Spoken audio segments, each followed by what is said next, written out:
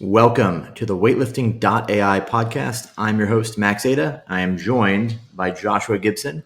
Joshua looking mighty refreshed today after his Christmas vacation. Just pepped himself up here with I believe, what is that, a Coke Zero? That's exactly what it is. Yeah? How are you doing, Josh?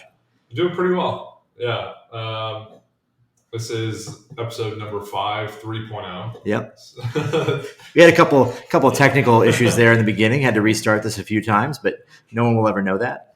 Well, they do now. Yeah, they do now. So that'll be edited out in post. Anyways, big news. Ruined my Christmas vacation. Probably ruined yours. Just kind of an unfortunate event. You've probably seen all over the internet. Lu Xiaojun of China fails a drug test for EPO. We're all wondering a lot of things. I think there's a couple topics that I want to discuss. One is, potentially why would you take it? What's going on there? The second is, are there, more in-depth theories, more conspiracy type theories around why he would do it or what's going on there, or if he actually did take it? And then finally, what are the ramifications? What's the implication of all of this? How does it affect Team China? How does it affect the rest of the world as far as now, the king is gone? And then what's it going to mean for the Olympics, for weightlifting in the Olympics? So, yeah, let's dive in. What do you think when you cracked open the old computer and you read on your favorite news site that Lu Xiaojun, he's out, EPO? Yeah. My first question to you, because I just to clear the air, is Lu Xiaojun the most popular weightlifter of all time? He's got to be. Like all time, maybe like if you go back to like Vasily Alexiev may have been more well known at the time, but there's videos that have Lu. If you want free views, you just put Lu, you just put a thumbnail of Lu in a video that has nothing to do with him, you'll get double the views. Yeah. He's got to be the most popular of all time. Yeah. When do you think that happened? Or how did that happen? I think it happened because from a non-weightlifter perspective, he looks incredible. He's jacked, he's shredded, and he does some pretty cool shit. So people are attracted to that idea. Like, holy crap, there's this crazy, super strong Chinese dude.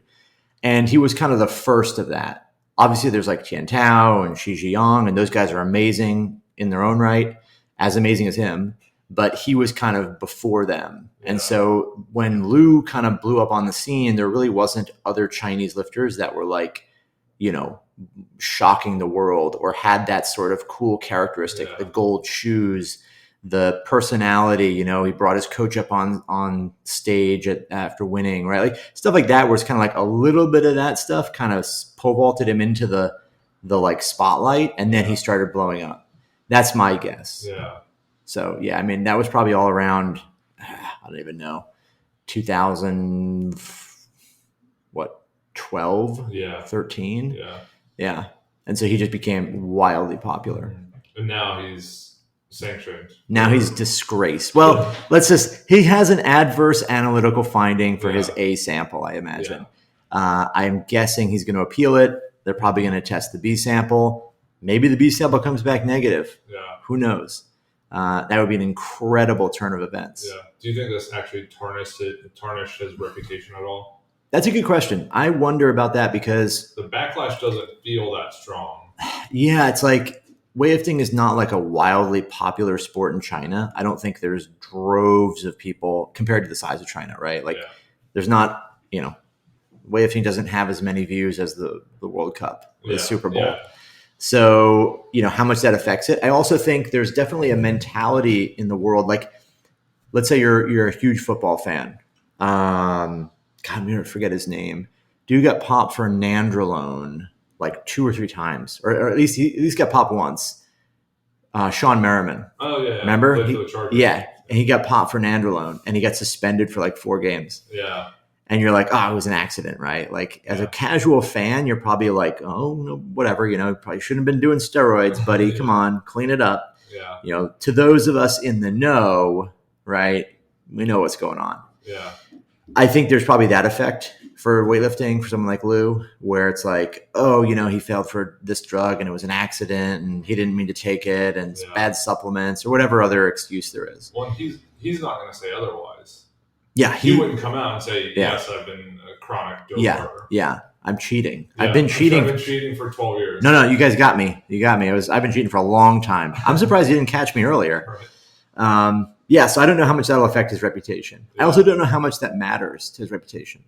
So that being said, I think there's multiple theories on the table here as to what's going on. Because traditionally, EPO would not be used for weightlifting, right? So I can say from my own personal experience in speaking to Abajev, he told me that, long time ago, they would just try everything. So there was like this kind of mentality that like, well, let's just every drug that comes out, everything we hear about, we'll try it and see what happens. Yeah. He told me about a time when they would do blood doping in the hotel rooms. So they would remove blood months before the competition. Then they would store it. They'd bring it with them to the hotel, prior to the competition, and they would do blood doping then. And, he was like, it didn't have any effect. So we stopped doing that. And this is like, we're talking like probably the 70s, early 70s, maybe late 70s. It wasn't like something they were doing in the 2000s. They already realized like that's not going to help their performance. So there's like part of me, I would say it breaks down to like three kind of theories. The first is a try everything theory. Like, well, we're just doing whatever we can. Whatever thing could have a slight benefit. If EPO has a benefit for, that general phase of training where they're just going to, get back in shape faster and they can do more volume and their work capacity comes up much quicker. And that's like a feature of the way they train is that they've been using EPO to dope and they have incredible work capacity, and that furthers in an indirect way the amount of training volume they can do and yada, yada, right? So it's like a throw everything at the wall, see what sticks kind of thing. Yeah. Possible. I'm not sure about your take on that, if you think that's what they're doing. The only issue is that with there's a stereotype that comes along with them that it's going to be as meticulous and as thoughtful as possible. It wouldn't seem like something where it's just like casually or carelessly trying a bunch of shit. Right. It's like, oh, it's China. They're going to have this as well researched as you can imagine. They're going to have the most strategic plan in place. So number one, that wouldn't make sense to me given what I would understand about them and their training methodology. Yeah. So that's where I think that theory kind of falls apart, right? Because it's like, well, and it could be that our own thinking is wrong. Yeah. We just believe China has their shit together. Yeah. Right. But then the question is, if they've got their shit together, how do they fail a test for EPO? Yeah. Right. Right. So then it's like, well, do they have their shit together? Yeah. Or the final piece of this theory is that because the ITA is doing testing now, right? So it's a third party group. It's a completely different entity than it used to be. They just got caught, right? Yeah. And they just had their, caught with their pants down. Tough. Literally. Yeah, literally. Yeah. Right. It's tough to know. Yeah. Well, and you can logically infer that because he got caught for EPO, it probably wasn't the only thing he's doing. Because if a weightlifter is using EPO as the main performance enhancement tool, like something is seriously wrong with their strategy. So it's like that's got to be what I would imagine is like the 1%. Yeah. Where it's like maybe you get something and you just kind of top off with it. Sure. Give me a little pick me up for the week. Yeah, exactly. But it's not stenazole like they got popped for. I have a great story about that. The whole like pick me up. Yeah. There was I'm not going to name names because these people actually are somewhat prevalent in current weightlifting, but these are old Bulgarian stories. Everything I have is a Bulgarian story, right? I was told about a story where a lifter was training and they get the pills from, they were all like 5 milligram Dianabol pills from the national team. And they would do internal tests before the competition. And a couple guys failed. One guy failed. And they're like, what the fuck? Why'd you fail? It doesn't make any sense. He's like, oh, well, one day my legs were feeling pretty weak, so I just took a few extra pills. And he's like, what? And he's like, yeah, I just like got some from my club coach and so I just popped a few more and like it felt, it was better. So, and he's like, well, you can't go to the Worlds now. Yeah. So an interesting, the level of sophistication that existed there was different. Yeah. So, yeah. Do you think there is like a stark difference in like how China does things versus how more careless countries operate? So I'm gonna leave my thoughts for that in a minute. So the next sort of question I have, the next theory is, let's say the first one obviously is like the Giga Chad, like, yeah, just fucking do anything, right? Yeah, right. Take whatever. Yeah. The second would be the opposite of that, which is this like laser-like precision with everything. Yeah. And it's that China is doing stuff that is just would blow our minds if we learned about it.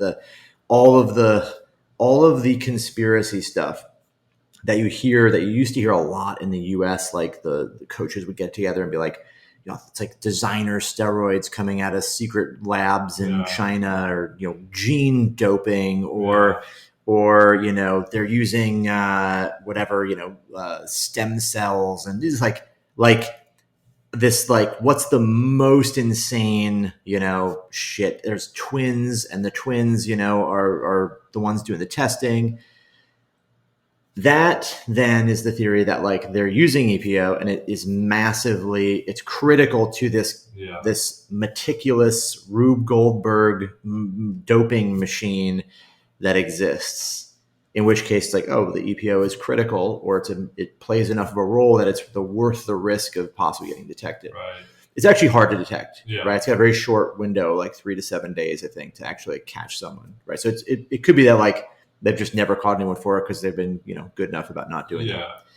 But then the question becomes, with that theory, if it's like, this is part of a critical thing that is more elaborate than we all could imagine, how did they get caught? Yeah. Right? Because they haven't been caught till this point. Yeah. And so we all kind of have the impression that China is fucking on point with everything, and they just do everything better than everyone else. I will say that echoes a bit of what we used to see in the past with like Russia, where it's like prior to Icarus, lots of Russian athletes weren't just like randomly getting popped. Mm-hmm. You'd see that in some countries, Kazakhstan, like 14 dudes, or Turkey, 11 guys get caught, or Egypt is giving 15-year-old girls drugs. So you'd say, okay, they're not getting caught. Well, we know they're on drugs, right? And that's a totally different topic. We know they're on drugs. They're not getting caught, so it must be that they're just really good at it. And then when somebody would get popped, you'd be like, oh, maybe they're clean and there's 1 or 2 guys that are dirty. Yeah. And then we learned when we saw Icarus and we saw what was done there as far as the research that, that was intentional.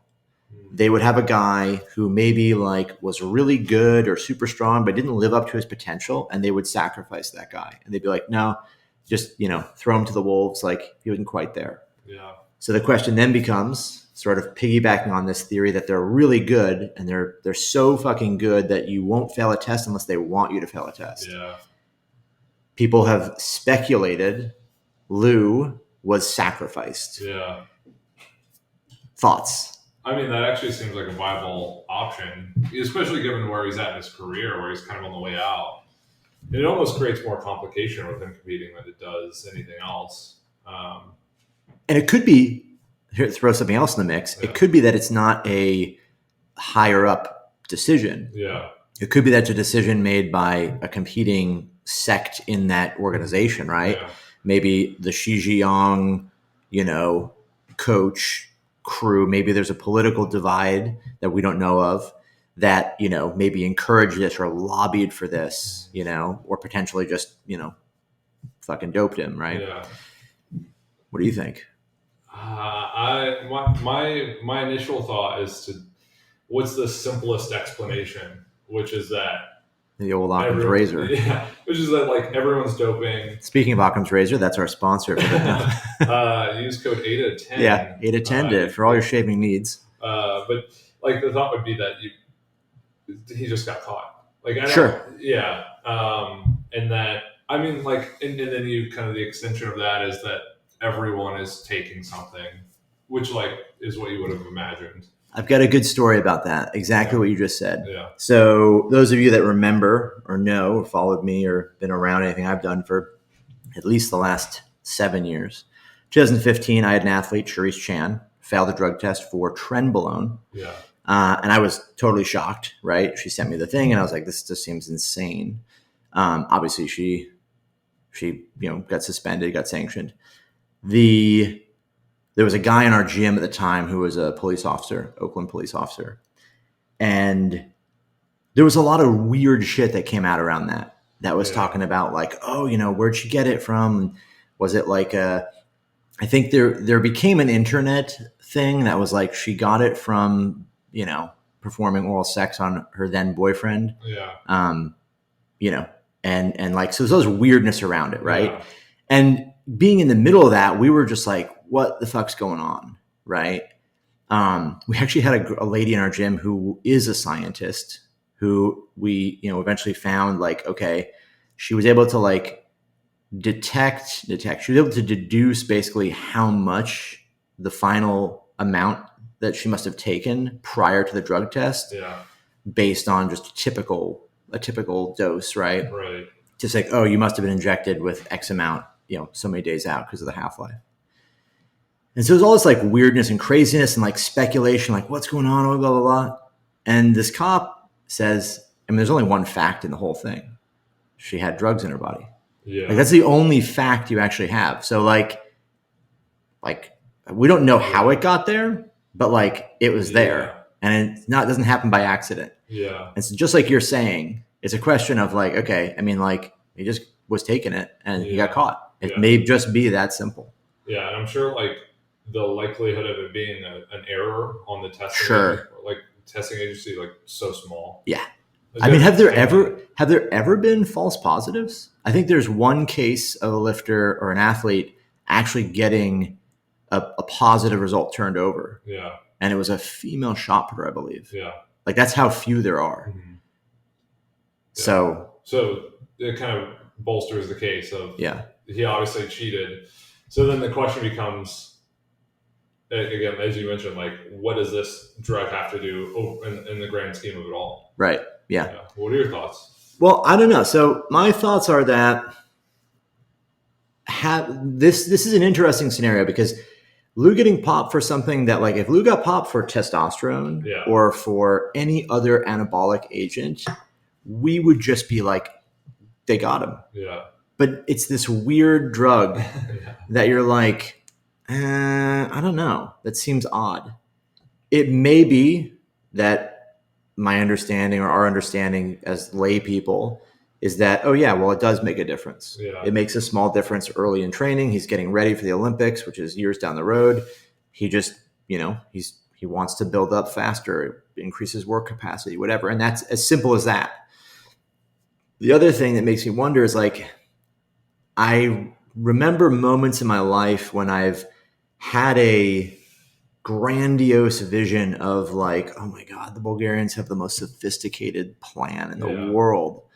And then you get there and you're like, no, it's like, just fucking max out today, dude. Like, and then tomorrow, like, let's max out again. Yeah. And you realize like, oh, the sophistication level is less than my brain, than my imagination had scaled it up to be. Yeah. And so I do almost wonder if it's like, what is the sophistication level of the Chinese team? Yeah. Because at this point, I would say it's lower than I expected before. It has to be. Because one, they got caught. Even if it is a complex system, they got caught. Yeah.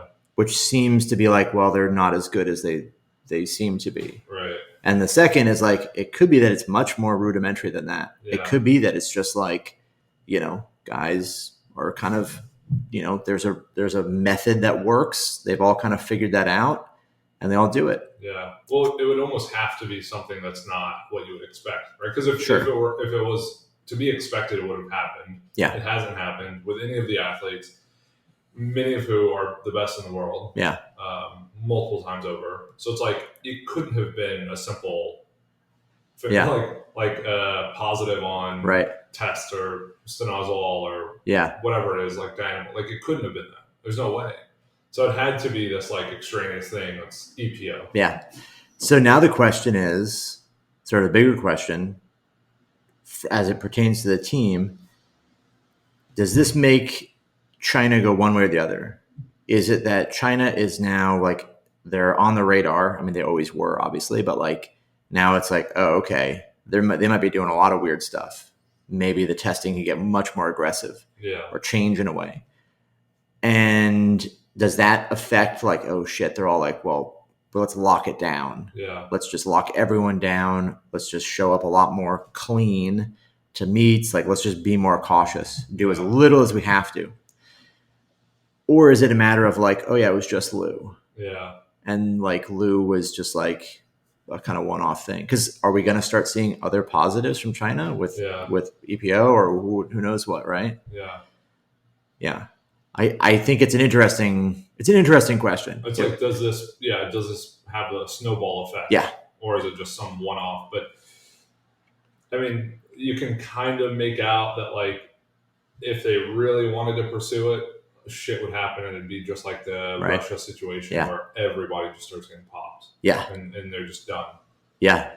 Like that's what it is. It's just like, are we going to see it or not? Yeah. It's kind of, you know, for me, it's scary because we have so much of our lives tied up in weightlifting and the Olympics. Yeah. And so this begs to ask the question, what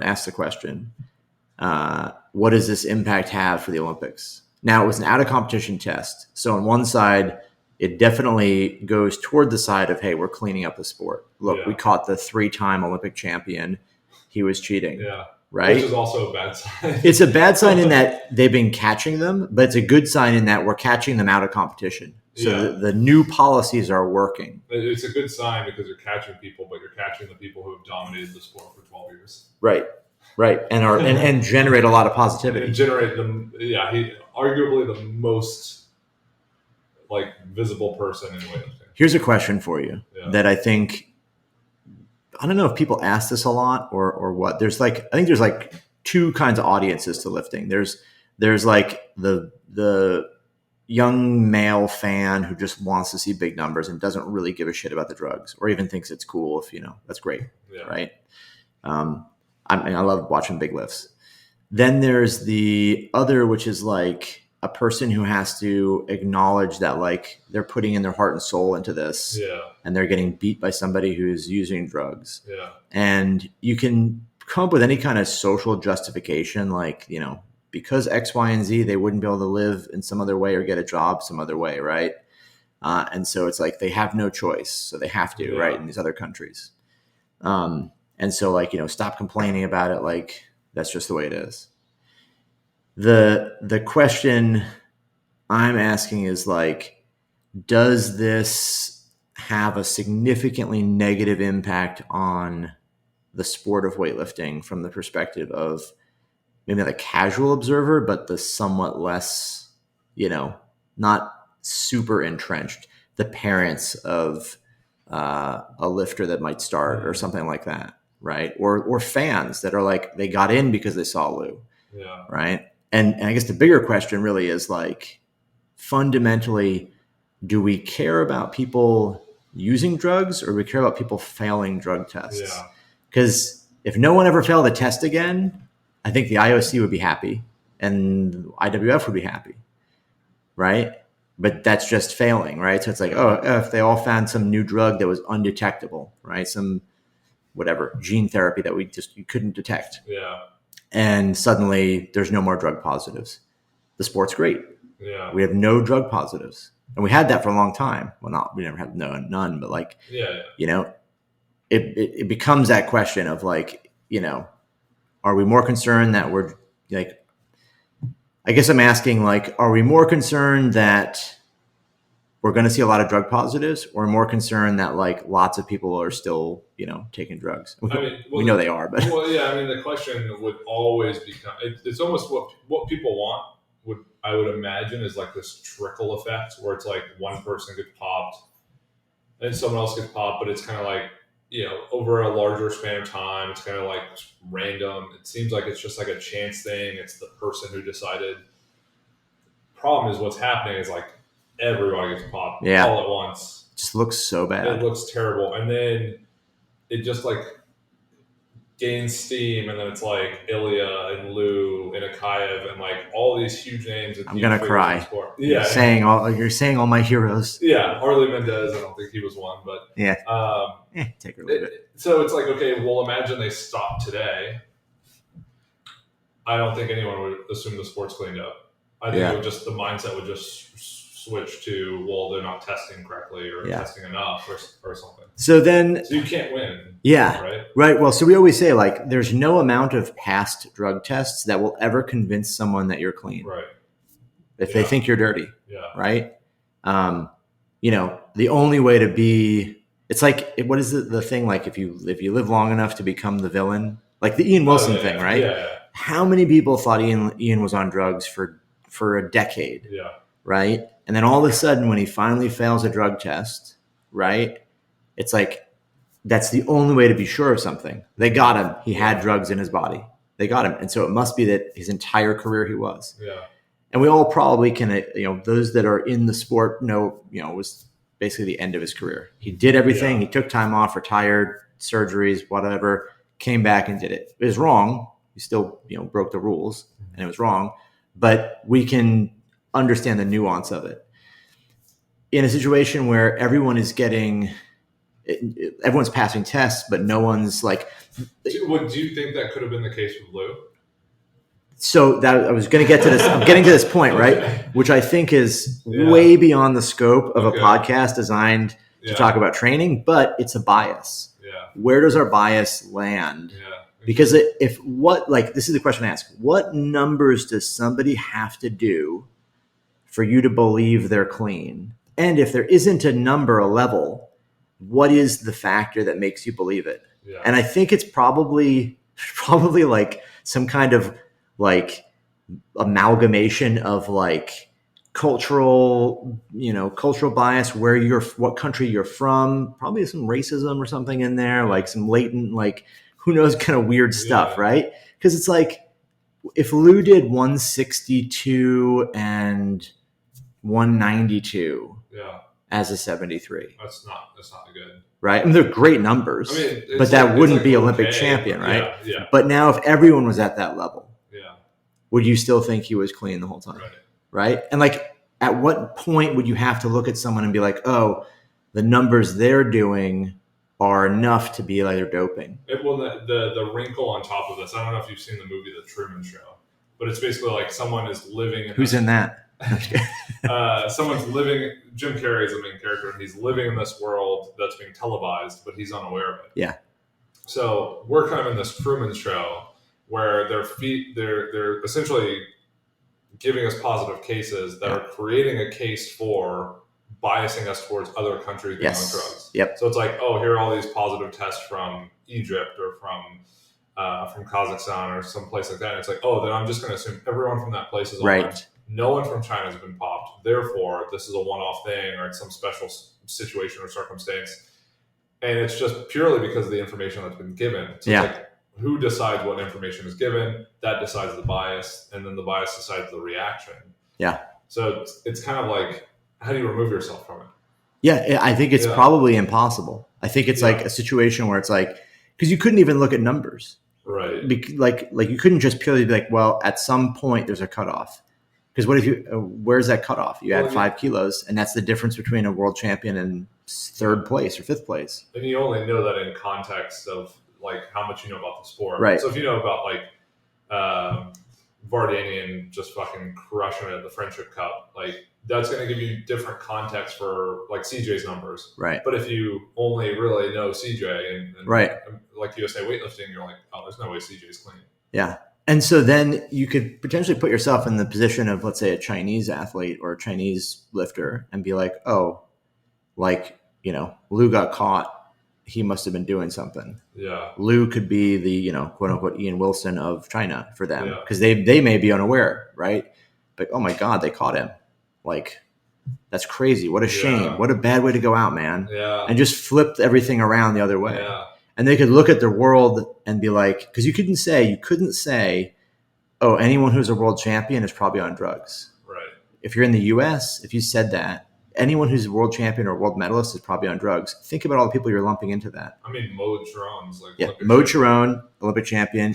Kate Nye, a world champion, right? Meredith Allwine. Allwine's a world champion. Rogers is a world medalist, Yeah. right? Like, and then you're suddenly like, well, we know they're not on drugs, right? Because it's like, that's absurd. Yeah. So then you put yourself in this weird spot of like, do you have to like, what's right or wrong? Well, you have to connect so many lines of evidence. You have to say, well, it was a weak class. People weren't in it because they were, the country was banned.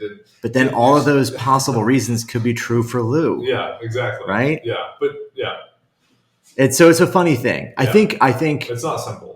It's not simple, yeah. And I think we're all probably smart enough to understand the difference between those two things. There's a clear difference between Lu Xiaojun and Meredith Allwine. Yeah. Right? Because we're closer to Allwine. We've met her. We know her. Like, we know what she does in training. We know how she is as a person. Like, we know where it started, where she's gone. Yeah. But it just becomes a funny scenario. Right. And so my question is like, how low do the numbers have to go for us to be like, when would it be a situation in weightlifting? What would it look like for us to believe, for everyone around the world to believe the sport is truly, as clean as it's going to get? We basically get rid of state-sponsored doping, right? Yeah. Like, what do the numbers look like? Does it look like USA Nationals, or does it look like more than that?